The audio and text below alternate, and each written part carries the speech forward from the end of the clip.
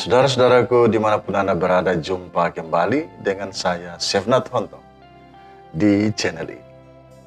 Pada kesempatan ini, saya ingin berbagi panduan praktis, menulis dan menyampaikan khotbah, lebih khusus untuk saudara-saudara yang kini sedang dipercayakan sebagai seorang penatua dan seorang diaken. Bagi saya hal ini menjadi penting karena tidak semua saudara dan teman yang berjabatan penatua dan diaken itu mendapatkan pendidikan teologi, berbeda dengan seorang pendeta.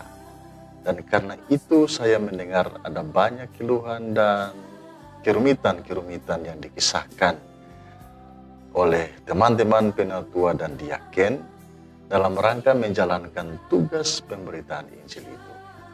Itulah sebabnya saya ingin berbagi panduan praktis ini. Nah, saudara-saudara, pada umumnya orang berpendapat bahwa hal penting dalam berkhotbah adalah berbicara. Tapi sesungguhnya bukan itu. Sesungguhnya hal yang paling penting dalam berkhotbah adalah mendengarkan. Mendengarkan apa kata firman Tuhan dalam Alkitab. Dan mendengarkan semua yang menjadi pergumulan warga jemaat di mana firman Tuhan itu dialamatkan kepada mereka. Karena itu bagi saya hal yang penting dalam berkhotbah adalah membaca Alkitab sebagai langkah kita mendengarkan apa kata dan karya Tuhan. Dan yang kedua, membaca konteks sebagai langkah kita mendengarkan pergumulan warga jemaat. Nah, saudara-saudara, dalam rangka kita membaca Alkitab untuk mendengarkan suara dan karya Tuhan, kita bisa punya jadwal sendiri. Tetapi kita juga bisa ikut jadwal dan leksionari daftar bacaan yang dibuat oleh gereja kita masing-masing. Dalam hal membaca Alkitab, kita perlu memperhatikan bentuk kitab yang sedang kita baca. Dalam Alkitab ada bentuk-bentuk kitab yang bermacam-macam. Ada yang berbentuk sejarah, puisi, cerita, simbol, doa, nubuat, surat, keterangan, dan lain-lain. Saat kita membaca sebuah teks, perhatikan bentuk-bentuk kita. Seperti kitab Kejadian, Keluaran, itu tentang sejarah. Puisi, Mazmur, Amsal, Pengkhotbah, Kidung Agung. Cerita ada banyak dalam kitab Injil. Yesus berjalan di atas air, Yesus memberi makan 5.000 orang, dan lain-lain. Ada simbol-simbol. Dalam kitab Mazmur cukup banyak. Dalam kitab Wahyu juga ada sejumlah simbol. Dalam kitab Daniel misalnya.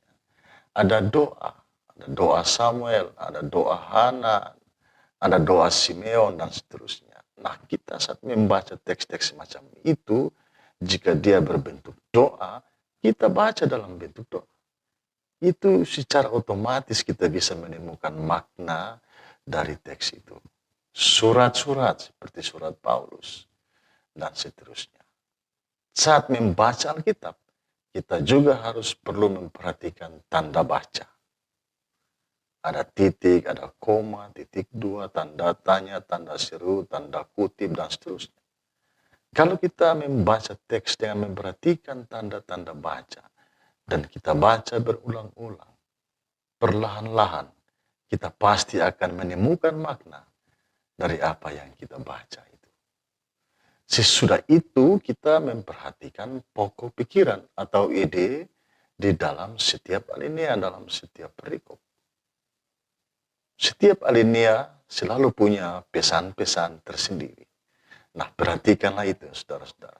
Temukan itu dalam setiap alinea. Itu juga bisa kita temukan makna dari teks. Sesudah itu kita bisa tetapkan kata kunci atau kalimat kunci dari bagian yang kita baca. Misalnya dalam satu perikop ada 2 atau 3 alinea, perhatikan masing-masing pesan dalam setiap alinea. Setelah itu kita simpulkan menjadi sebuah kata kunci atau kalimat kunci yang dikandungi oleh perikop atau bagian yang kita baca. Nah, saudaraku, itu kalau kita membaca Alkitab. Sekarang langkah berikut adalah membaca konteks. Bagaimana kita bisa membaca konteks? Pertama dengan cara mengamati. Kita mengamati menggunakan mata kita.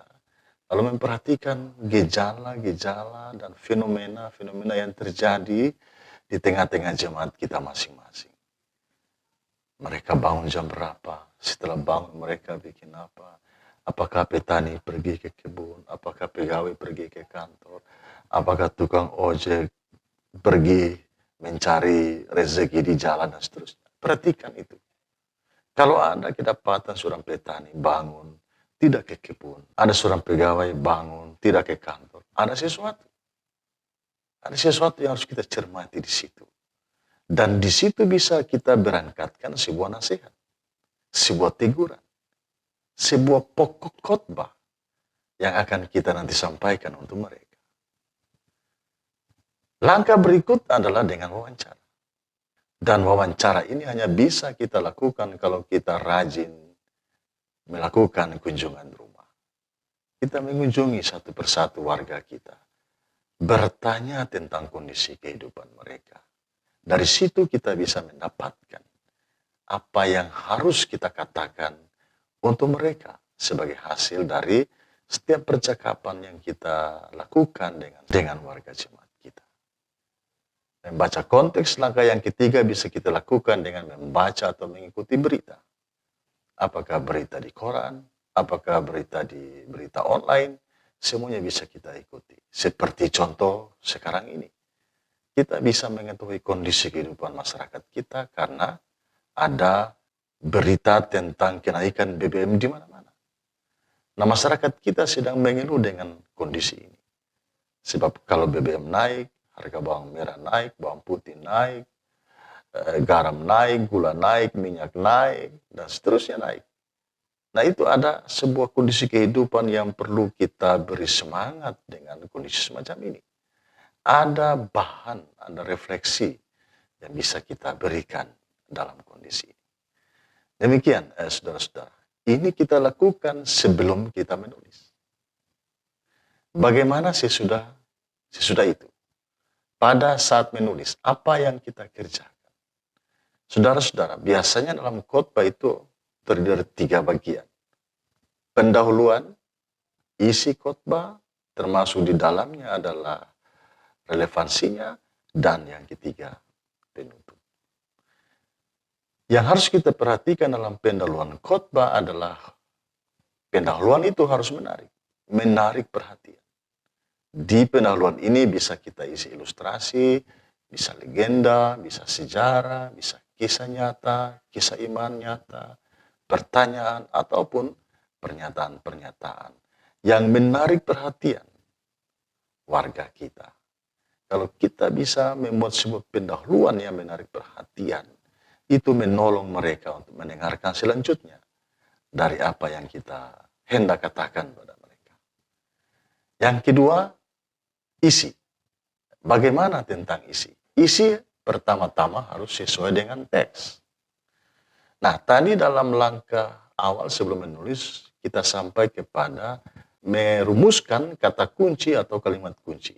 Nah, di bagian isi khotbah itu, kita menjelaskan kata kunci itu atau kalimat kunci itu. Menjelaskan seluruh yang terkait dengan kata kunci itu atau kalimat kunci itu. Itulah isi sesudah pendahuluan. Atau kita ceritakan secara ringkas apa yang kita baca itu, lalu kita memberi makna terhadap alinea itu atau perikop itu. Itu adalah bagian isi dari khotbah. Dan yang terakhir pada bagian itu kita aplikasikan pada bagian isi ini. Kita aplikasikan bagi kehidupan masa kini. Dalam rangka aplikasi ini, kita bisa mengutip langsung pemahaman dasar atau pokok-pokok pengajaran iman gereja kita. untuk membuat relevansi dari teks yang sudah kita jelaskan pada bagian isi ini. Jadi ini semacam penguatan-penguatan terhadap ajaran dan pemahaman. Jika teks itu berkaitan dengan salah satu pokok pengajaran iman kita, itu bisa langsung kita relevansikan pada bagian isi ini. Sedangkan pada bagian penutup dari khotbah kita harus ingat, penutup itu singkat tapi jelas. Bisa berbentuk ajakan, bisa berbentuk motivasi. Nah, itu langkah kedua saat menulis. Langkah yang berikut sesudah menulis. Apa yang harus kita lakukan? Pertama, kita harus latihan. Latihan di depan cermin. Menghadap cermin dan latihan menyampaikan khotbah itu. Khotbah yang sudah kita tulis tadi. Kita latihan tatapan kita, kening kita, senyum kita, emosi kita, gerakan kita. Kita latihan di depan cermin. Tapi ingat, kita harus beritahu kepada orang rumah kita. Sebab jangan sampai mereka sedang berpikir, ini jangan-jangan mama atau papa atau anak ini sudah mulai live ini. Karena menghadap cermin dan berkata-kata. Ini penting, supaya mereka juga tahu bahwa kita sedang melatih diri kita saat sudah menulis khotbah untuk kita sampaikan. Jadi penjiwaan yang kita latih di depan cermin itu. Selain itu bahasa kita dan intonasi suara kita. Nah, untuk bahasa saudara-saudara, tidak perlu kita menggunakan bahasa-bahasa yang sulit, yang sukar dimengerti, atau bahkan kadang-kadang kita juga sulit mengatakannya. Pergunakanlah bahasa yang mudah dimengerti. Bila perlu kita menggunakan bahasa daerah kita, itu jauh lebih baik. Termasuk kita melatih intonasi kita, naik turunnya suara kita. Sebab itu juga membuat indahnya sebuah khotbah. Langkah berikut setelah latihan adalah pikirkan ulang. Jadi setelah kita melatih menyampaikan, kita pikirkan ulang. Adakah kata-kata yang menyinggung perasaan orang tertentu pribadi? Sebab itu berbeda dengan teguran. Kalau ada kata-kata yang mengandung menyinggung perasaan orang, sebaiknya kita ubah untuk menjadi sebuah teguran. Atau ada yang perlu kita tambahkan karena memang belum tegas. Nah, ini kita pikirkan ulang. Setelah itu kita tetapkan dalam hati kita bahwa firman ini harus kita sampaikan. Langkah yang terakhir, saudara-saudara, ini pada saat menyampaikan. Dua hal yang perlu kita perhatikan. Yang pertama, bahasa tulis. Khotbah itu bisa kita tulis lengkap, lalu kita sampaikan. Tapi kita juga bisa tulis garis-garis besar untuk kita uraikan, dan atau tanpa kita menulis, karena kita sudah mengerti seluruh rangka dari khotbah yang sudah kita tulis itu, sehingga seolah-olah kita menghafalnya. Tapi ini bukan sekedar menghafal, tapi mengerti dan menjiwainya, sehingga kita tidak perlu teks. Tapi saya menyarankan, pergunakanlah teks, supaya kita tidak berulang-ulang, atau bahkan bisa keluar dari apa yang sudah kita tulis. Yang kedua, kita harus memperhatikan bahasa lisan kita. Pertama, gaya kita. Kita tidak perlu meniru pengkhotbah lain, sekalipun mereka itu pengkhotbah yang terkenal. Pergunakanlah atau pakailah gaya kita sendiri. Sebab itulah keunikan tersendiri dari pribadi kita saat menyampaikan firman Tuhan. Jadilah diri sendiri dan jangan pakai gaya orang lain. Dalam bahasa lisan kita harus juga memperhatikan bahwa seolah-olah kita sedang bercakap-cakap. Ini penting supaya dia tidak kelihatan monoton khotbah kita, tapi dialogis. Tatapan kita, gerakan kita, itu semuanya harus termasuk ucapan-ucapan kita. Seolah-olah kita sedang bercakap-cakap dengan jemaat yang sedang kita sampaikan khotbah itu.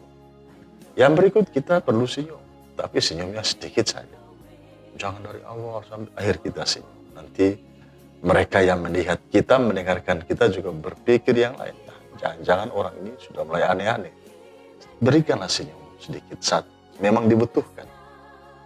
Lalu yang terakhir, semua yang kita lakukan, baik kata-kata yang kita pilih, yang kita tulis, yang kita gunakan, gaya kita dan seterusnya, harus menyentuh orang yang mendengarkan khotbah kita. Demikian saudara-saudara, sedikit panduan praktis. Semoga panduan praktis ini bermanfaat bagi saudara-saudara semua. Selamat melatih dan selamat melayani Tuhan.